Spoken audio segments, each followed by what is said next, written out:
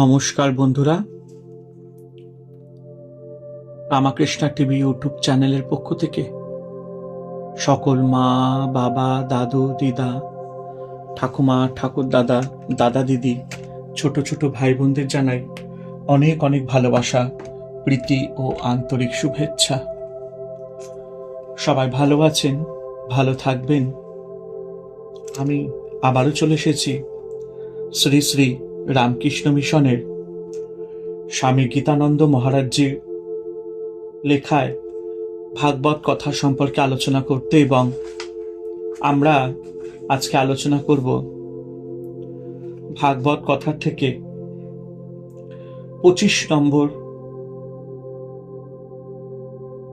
অধ্যায় রাসলীলা দ্বিতীয় পর্ব প্রথম ভাগ। এবং একটি কথা বলবো, আমরা এই ভাগবত কথা সম্পর্কিত যা যা আলোচনা আমি করেছি এই ভিডিওর মাধ্যমে, যারা যারা দেখতে মিস করেছেন অবশ্যই তাদেরকে অনুরোধ করব আপনারা আমার রামাকৃষ্ণা টিভি ইউটিউব চ্যানেলে ভাগবত কথা প্লে লিস্টে যাবেন এবং সেখানে আপনারা আমার আগের ভিডিও বা এপিসোডগুলো, ভাগবত কথা সম্পর্কিত আলোচনার ভিডিওগুলো দেখে নিতে পারবেন। তো চলুন আজকের আলোচনা শুরু করা যাক। পূর্বের অধ্যায় বলা হয়েছে যে শ্রীকৃষ্ণের কাছে আদর ও সম্মান লাভ করে গোপীদের মনে হয়েছিল যে তারাই জগতে শ্রেষ্ঠ, তাদের মতো গুণবতী ভাগ্যবতী আর কেউ নেই। ভগবান গোপীদের মনের গর্ব ও অভিমানের কথা জানতে পেরে তাদের ওই মঙ্গলের জন্য সেখানে অন্তর্হিত হলেন। মন এক সঙ্গে দুইটি জিনিস চিন্তা করতে পারে না। গোপীরা যতক্ষণ পর্যন্ত দেহ দেহ ভুলে কৃষ্ণে আবিষ্ট ছিলেন ততক্ষণ পর্যন্ত তারা কৃষ্ণের দর্শন পাচ্ছিলেন, কিন্তু যখন মন নিজ নিজ দেহে নেমে এলো তখনই তারা কৃষ্ণকে ভুলে গেলেন। সুতরাং কৃষ্ণ তখনই তাদের কাছ থেকে অদৃশ্য হলেন।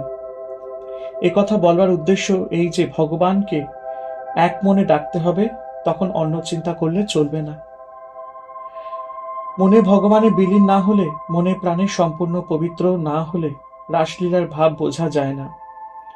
স্বামী বিবেকানন্দ এই গোপী প্রেমের বিষয়ে বলেছেন, প্রথমে এই কাঞ্চন নাম যশ, এই ক্ষুদ্র মিথ্যা সংসারের প্রতি আসক্তি ছাড়ো দেখি, তখনই তোমরা গোপী প্রেমে কি তাহা বুঝিবে। উহা এত শুদ্ধ জিনিস যে সর্বত্যাগ না হইলে উহা বুঝিবার চেষ্টাই করা উচিত নয়। যতদিন পর্যন্ত না চিত্ত সম্পূর্ণ পবিত্র হয় ততদিন উহা বুঝিবার চেষ্টা বৃথা। কৃষ্ণ অবতারের মুখ্য উদ্দেশ্য এই গোপীপ্রেম শিক্ষা দেওয়া। এমনকি দর্শন শাস্ত্র শিরোমণি গীতা পর্যন্ত এই অপূর্ব প্রেমোন্মত্তার চরম লক্ষ্য মুক্তি সাধনের উপদেশ পাওয়া হইয়াছে। কিন্তু এই গোপীপ্রেমের মধ্যে ঈশ্বর রসাস্বাদের উন্মত্ততা, ঘোর প্রেমোত্ততাই বিদ্যমান। এখানে গুরু শিষ্য শাস্ত্র উপদেশ, ঈশ্বর স্বর্গ সব একাকার, ভয়ের ধর্মই চিহ্ন মাত্র নাই।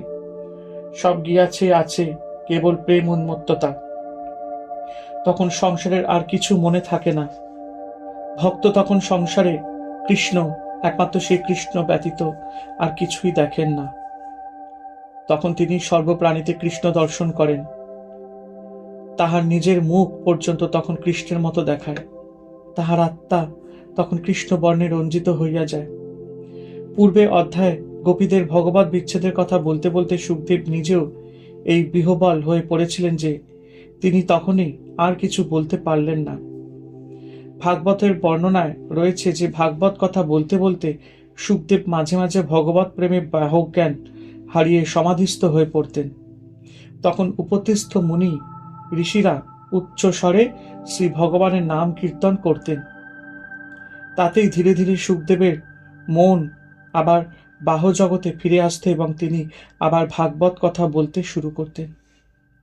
সুখদেব কিছুক্ষণ পরে নিজেকে একটু সামলিয়ে নিয়ে ভারাক্রান্ত হৃদয় গোপীদের অবস্থা বর্ণনা করতে আরম্ভ করলেন।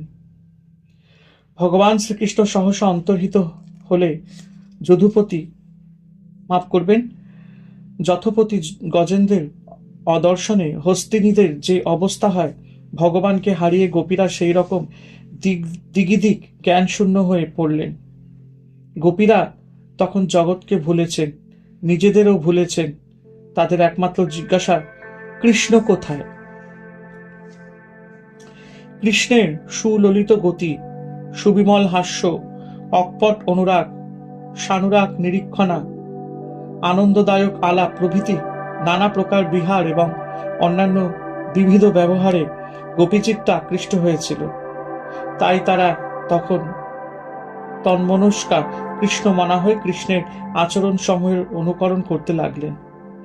তারা তখন অন্তরে বাহিরে কৃষ্ণভাবে পূর্ণ। তাদের চলন বলন হাসি প্রভৃতি কৃষ্ণের মতো হতে লাগলো এবং আমি কৃষ্ণই বলে পরস্পর পরিচয় দিতে লাগলেন। তারা তখন নিজেদের পৃথক সত্তা একেবারে হারিয়ে ফেলেছিলেন। গভীর ভালোবাসায় প্রগাঢ় প্রেমে এইরকম অবস্থাই হয়ে থাকে। জাগতিক জীবনেও দেখা যায় যে প্রিয়জনের কথা চিন্তা করতে ভালো লাগে। কেউ কেউ সেই সময় চিন্তা করতে করতে আপন মনেই হাসে, আবার আপন মনেই কাঁদে। আবার কেউ বা প্রিয়জনের চিন্তায় তন্ময় হয়ে যায় যে সে তখন নিজেই প্রিয়জনের কাছে অনুকরণ করতে থাকে, সুতরাং অপরের কাছে ধরা পড়ে যায়। শ্রী রামকৃষ্ণদেবের দেহত্যাগের পর শ্রী সারদা দেবীর সময় সময় এইরকম ভাব হতো। তখন তিনি এমন ভাবে কথা বলতেন কিংবা এমন ভাবে পান খেতেন যা দেখে লোকের মনে হতো যে তিনি ঠাকুরের অনুকরণ করছেন। তিনি তখন শ্রী রামকৃষ্ণদেবের ভাবে একেবারে ব্যবহারা হয়ে যেতেন, মাফ করবেন, বাহহারা হয়ে যেতেন। যখনই আমরা কোনো বিষয় গভীরভাবে চিন্তা করি তখনই তাদের তন্ময় হয়ে যায়। কোনো একটি বিষয়ে চিন্তা স্থায়ী হলেই তাকে সমাধি বলা হয়। কৃষ্ণের চিন্তা করে গোপীদের এই ভাব সমাধির অবস্থা কথা এরপর বর্ণনা করা হয়েছে। গোপীরা তখন সকলে মিলে পাগলের মতো উচ্চেশ্বরে কৃষ্ণ গুণগান করতে করতে বন থেকে বনান্তরে সে প্রেমময় সন্ধান করতে লাগলেন, যিনি সমস্ত জগতের অন্তরে এবং বাহিরে বিদ্যমান, যিনি সমস্ত বিশ্ব ব্রহ্মাণ্ড পরিব্যাপ্ত হয়ে রয়েছে। গোপীরা সেই পরম পুরুষের সন্ধান বনের গাছপালাকে জিজ্ঞাসা করে ফিরছে। গোপীদের কিসের এত আরতি? তারা তো ইচ্ছা করলেই সমাধি যোগে সেই পরম পুরুষের সঙ্গে মিলিত হতে পারতেন, কিন্তু তা হবার না। তারা যে চান তাদের এই শ্যামরূপ সেই প্রিয়তমের সাথে বিহার করতে। সুতরাং তাদের আর পাগল হতে বাকি কি? ভক্তিশাস্ত্রে বলে যে ভগবানের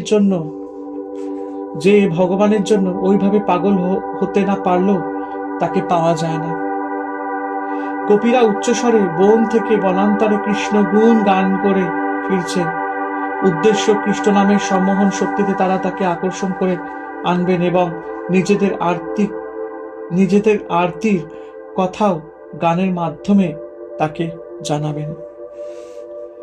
সামনে কয়েকটি উঁচু গাছ দেখে গোপীরা ভাবলেন যে এরা সব মহাবৃক্ষ, বহুদূর পর্যন্ত এদের দৃষ্টি প্রসারিত, সুতরাং এরা নিশ্চয় কৃষ্ণকে দেখে থাকবে। এই আশা করে বৃক্ষদের জিজ্ঞাসা করলেন, হে অশ্বত্থ, হে প্লক্ষ, হে বট, নন্দন নন্দন সপ্রেম দৃষ্টি সঞ্চারে আমাদের মন হরণ করে পালিয়েছেন, তোমরা কি তাকে দেখেছ?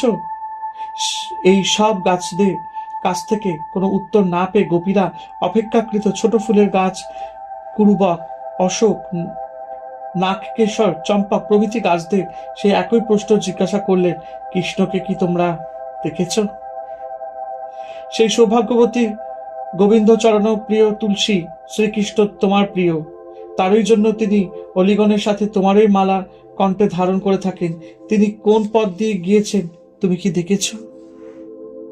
তুলসীর কাছ থেকেও কোনো উত্তর না পেয়ে গোপীরা ফুল ভারে আনত ছোট ছোট গাছের কাছে গিয়ে জিজ্ঞাসা করলেন, হে মালতী, মল্লিকে, জাতি, যুধিকে, মাধব করস্পর্শের দ্বারা তোমাদের আনন্দ বর্ধন করে গেছেন, তাই তোমাদের আজ এই অপূর্ব ফুল সাজ।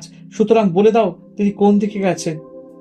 বিভিন্ন গাছের কাছ থেকেও কোনো উত্তর না পেয়ে গোপীরা ভাবলেন একে একে কৃষ্ণ কথা জিজ্ঞাসা করে কোনো লাভ নেই। কৃষ্ণ যেখানেই থাকুন, পৃথিবীতে তো নিশ্চয়ই রয়েছেন, সুতরাং এবার সরাসরি পৃথিবীকেই জিজ্ঞেস করা হোক। হে পৃথিবী, বলো দেখি, তুমি কি তপস্যা করছিলে, যার জন্য তুমি কেশবের চরণ স্পর্শ লাভ করেছ? তারই জন্য তুমি পরমানন্দে দুর্বাঘাসে রোমাঞ্চিত হয়েছ?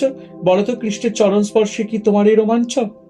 অথবা বামন অবতারে যখন বলিরাজের ছলনা করে এক পা দিয়ে তিনি সমস্ত ক্ষিতিমণ্ডল আচ্ছাদন করেছিলেন, কিংবা তারও আগে বরাহরূপী বিষ্ণুর আলিঙ্গনের কি তোমার এই রোমাঞ্চ?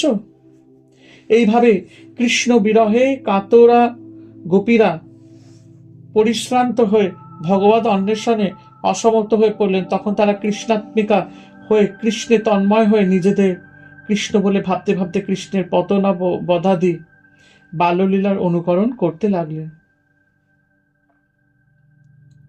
কোনো গোপী পুতনার আচরণ করতে লাগলেন। কৃষ্ণের অনুকরণকারী কোনো এক গোপী তার স্তনপানে রত হলেন। কেউ বালকৃষ্ণের মতো রোদন করতে করতে শকটাসুরের অনুকরণকারী অপর এক গোপীকে পদাঘাত করলেন। কৃষ্ণের আচরণকারী কোনো এক গোপী বললেন, তোমরা ঝড় বৃষ্টির জন্য আর ভয় পেও না, আমি তোমাদের এই বিপদ থেকে রক্ষা করব। এই দেখো, তোমাদের জন্য গোবর্ধন পর্বত ধারণ করেছি। এই বলে তিনি নিজের উত্তরীয় বস্ত্র এক হাতে তুলে ধরলেন। অপর একজন গোপী কালীয় নাগের অনুকরণ করলে কৃষ্ণের অনুকরণকারী গোপী তার মাথার উপরে উঠে বললেন, হে দুষ্ট কালীয়, তুই এখনো এই হৃদ থেকে চলে যা। দুষ্টের দণ্ড বিধানের জন্য আমি অবতীর্ণ হয়েছি। যশোদার মতো আচরণকারী কোনো গোপী বললেন, কৃষ্ণ আমার দধি ভাণ্ড ভেঙে মাখন চুরি করেছে, আজ একে উত খুলে বেঁধে রাখবো। এই বলে কৃষ্ণ ভাবিনী কোনো গোপীকে উৎকলের মতো আচরণকারী অপর এক গোপীর সঙ্গে নিজের মালা দিয়ে বেঁধে দিলেন। যিনি কৃষ্ণের অনুকরণ করছিলেন সে গোপী ভীত হয়ে নিজের হাত দিয়ে চক্ষু আচ্ছাদন করে ভয়ের অনুকরণ করলেন। ব্রজবালার এইভাবে কৃষ্ণগুণ কীর্তন এবং তার লীলার অনুকরণ করে আবার বৃন্দাবনের তরুলতাদের কৃষ্ণবার্তা জিজ্ঞাসা করতে করতে বনের এক জায়গায় গিয়ে পরমাত্মা শ্রীকৃষ্ণের পদচিহ্ন দেখতে পেলেন। হরে কৃষ্ণ কৃষ্ণ কৃষ্ণ হরে হরে, হরে রাম রাম রাম হরে হরে। জয় শুভ শম্ভু, জয় দেবী দুর্গা দুর্গতি নাশিনী, জয় মা কালী। ওম নমো ভগবতে বাসুদেবায় নমঃ, ওম নমো ভগবতে বাসুদেবায় নমঃ, ওম নমো ভগবতে বাসুদেবায় নমঃ, ওম নমো ভগবতে বাসুদেবায় নমঃ।